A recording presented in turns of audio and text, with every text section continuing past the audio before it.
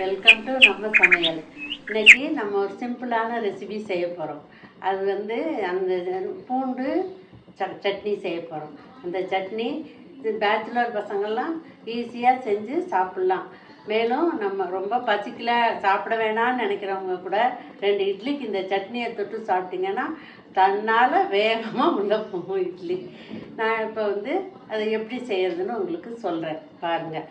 அதுக்கு ஒரு 50 கிராம் மிளகாய், வரமிளகாய் எடுத்துக்காங்க. ஒரு 30 பல் பூண்டு அந்த 50 கிராம் மிளகாய்க்கு.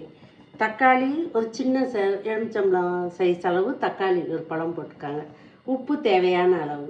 இதை எல்லாத்தையுமே ஒன்றா மிக்சியில் போட்டு அரைச்சி எடுத்து வச்சுக்கிட்டிங்கன்னா வெளியில் வந்து ஒரு வாரம் கிட்ட வச்சுக்கலாம். ஃப்ரிட்ஜில் வச்சு 1 மாதம் வரைக்குமே அதை வந்து நம்ம உபயோகப்படுத்திக்கலாம். கெட்டெல்லாம் போகாது.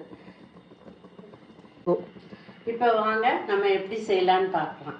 இப்போ இந்த சட்னி செஞ்சதுக்கப்புறம் இதை வந்து நீங்கள் சாப்பிடும்போது நீங்கள் அதுக்கு கொஞ்சம் நல்லெண்ணெய் விட்டு சாப்பிட்ணும். விட்டு சாப்பிட்டுக்காங்க. செய்யலாமா?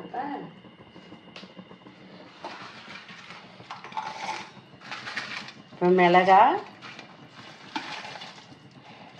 பூண்டு,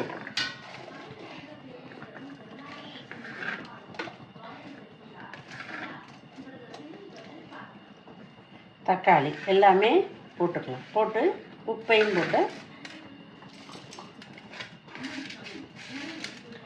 கொஞ்சம் மசிகிற அளவுக்கு தண்ணி விட்டு விட்டு அரைச்சிக்காங்க.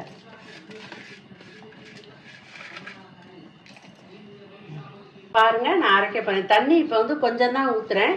நீங்கள் இந்த டம்ளரில் ஒரு அரை டம்ளர் அளவுக்கு தண்ணி ஊற்றி அரைக்கலாம். இப்போ பாருங்கள், நான் சட்னி அரைச்சிட்டேன். இந்த அளவுக்கு நைஸாக அரைச்சிக்காங்க. பாருங்கள், நான் இப்போ வந்து 1/4 டம்ளர் தண்ணி தான் ஊற்றினேன் இந்த சட்னி அளவுக்கு.